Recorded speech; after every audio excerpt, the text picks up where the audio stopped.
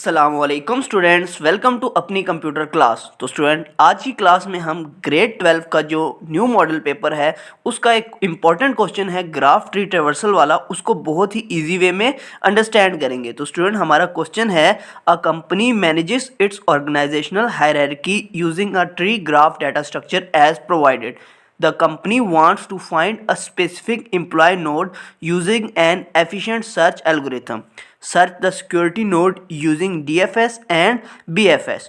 Outline the sequence of node visiting in the selected search method. तो student, सबसे पहले question को समझते हैं। एक कंपनी है जो अपनी ऑर्गेनाइजेशनल हायरार्की को मैनेज करने के लिए एक ट्री या ग्राफ डाटा स्ट्रक्चर यूज कर रही है। अब कंपनी चाहती है कि वो उस ग्राफ या ट्री में से एक स्पेसिफिक नोड को ढूंढे यूजिंग सर्च एल्गोरिथम, और उसके लिए जो एल्गोरिथम यूज़ करने हैं वो DFS डेप्थ फर्स्ट सर्च और BFS ब्रेड्थ फर्स्ट सर्च का यूज़ करना है, और फिर सीक्वेंस बताना है कि किस सीक्वेंस में आप नोड को विजिट करोगे तो आपको जो आपका डिजायर्ड एलिमेंट है वो मिल जाएगा। स्टूडेंट्स, क्वेश्चन में दी हुई हायरार्की को देखें ना, तो ये हमारे पास एक ट्री की हायरार्की है। ठीक है, ये हमारे पास एक हायरार्किकल ट्री है जिसमें हमारे पास रूट नोड जो है, हमारे पास CEO है, आगे उसकी पेरेंट नोड है, और जो हमने नोड ढूंढनी है वो कौन सी है, सिक्योरिटी वाली, और वो है यहाँ पे। तो आइए स्टूडेंट्स, इनको DFS और BFS एल्गोरिथम्स का इस्तेमाल करते हुए इसका ट्रेवर्सल करते हैं। स्टूडेंट्स, सबसे पहले हम करते हैं DFS डेप्थ फर्स्ट सर्च से। तो इसके लिए आपको DFS के स्टेप्स पता होना चाहिए। उससे पहले मैं आपको एक चीज़ बताना चाहूँगा, जो अगर आपने मेरा DFS थ्रू ग्राफ का ट्रेवर्सल वाला लेक्चर देखा हुआ है तो आपको पता होगा DFS काम किस तरह करता है। हम ग्राफ की किसी भी नोड का सिलेक्ट करके DFS के थ्रू हम उसका ट्रेवर्सल कर सकते हैं। ट्रेवर्सल का स्टूडेंट आपको पता है कि ट्री या ग्राफ की तमाम नोड्स को विजिट करना, बारी बारी विजिट करने को हम ट्रेवर्सल बोलते हैं। अच्छा स्टूडेंट, ग्राफ के ट्रेवर्सल में ये होता है ना कि आप किसी भी नोड से शुरू करके उसका ट्रेवर्सल कर देते हो, लेकिन जब इस तरह के हमारे पास हायरार्किकल ट्री दिए जाते हैं ना, तो हम एक स्पेसिफिक पैटर्न फॉलो करते हैं। अगर स्टूडेंट हम DFS डेप्थ फर्स्ट सर्च को थोड़ा और डिटेल में समझे तो इसका मतलब यह है कि आपने एक नोड सिलेक्ट करनी है और डीप तक उसमें जाना है। ठीक है, फिर इसमें हम बैक ट्रैक करते हैं और फिर नेक्स्ट नोड की तरफ मूव करते हैं। अगर हम स्टैंडर्ड DFS की बात करें तो सबसे पहले हम उसमें ना रूट नोड को विजिट करते हैं और फिर उस ट्री का लेफ्ट जो हमारा सब ट्री होता है उसका ट्रेवर्सल करते हैं। स्टूडेंट, आपने एक बात पे ध्यान देना है, मैं ये हायरार्किकल ट्री या ट्री के DFS के थ्रू ट्रेवर्सल की बात कर रहा हूँ,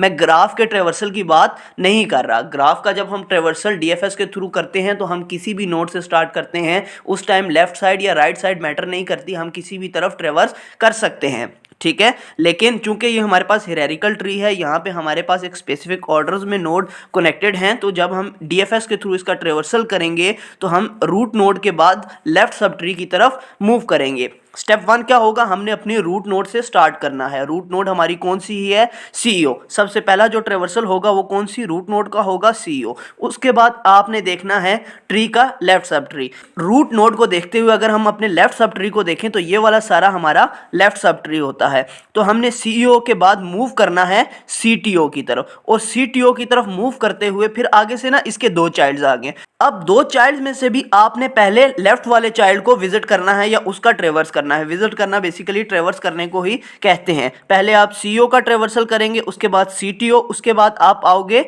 इंजीनियरिंग पे, और उसके बाद आओगे आप डेवऑप्स पे। उसके बाद यहाँ से इसके आगे कोई भी नोड नहीं है, ये हमारी लीफ नोड है, तो आप यहाँ से बैक ट्रैक करोगे। ठीक है स्टूडेंट, DFS में जब हमारे पास आगे लीफ नोड आ जाती है, उसके आगे कोई नोड नहीं होती, तो हम बैक ट्रैक करते हैं। अब यहाँ से हम बैक ट्रैक करेंगे CTO की तरफ, और CTO पे वापस आने के बाद हम मूव करेंगे IT पे, और IT से फिर आएंगे हम सिक्योरिटी पे, और जब हम सिक्योरिटी पे आ जाएंगे तो जो हमारा टारगेट था वो हमें मिल जाएगा। स्टूडेंट, एक बात आपने याद रखनी है कि जब भी हम किसी एल्गोरिथम्स का यूज़ करते हुए कोई स्पेसिफिक नोड ढूंढ रहे होते हैं, तो जब हमें अपनी नोड मिल जाती है तो वो एल्गोरिथम ऑटोमेटिकली स्टॉप हो जाता है। तो यहाँ पे हमें अपनी सिक्योरिटी नोड मिल गई है, तो हमारा फर्दर कोई भी एल्गोरिथम काम नहीं करेगा। अगर स्टूडेंट क्वेश्चन के B पार्ट की बात करें, जिसमें उन्होंने कहा था कि आपने सीक्वेंस भी बताना है किस तरह विजिट करनी है, तो सबसे पहले आपने CEO को ट्रेवर्स किया, उसके बाद आपने CTO को विजिट किया, उसके बाद इंजीनियर, उसके बाद डेवऑप्स, फिर आपने बैक ट्रैक किया, फिर IT, और फिर सिक्योरिटी पे आने के बाद आपको अपना टारगेट मिल गया था। तो स्टूडेंट्स, जो आपका टारगेट था वो आपकी 6 नोड पे मौजूद था। जब आपने DFS के थ्रू ट्रेवर्सल किया तो आपका टारगेट आपको अपनी 6 नोड पे मिला है।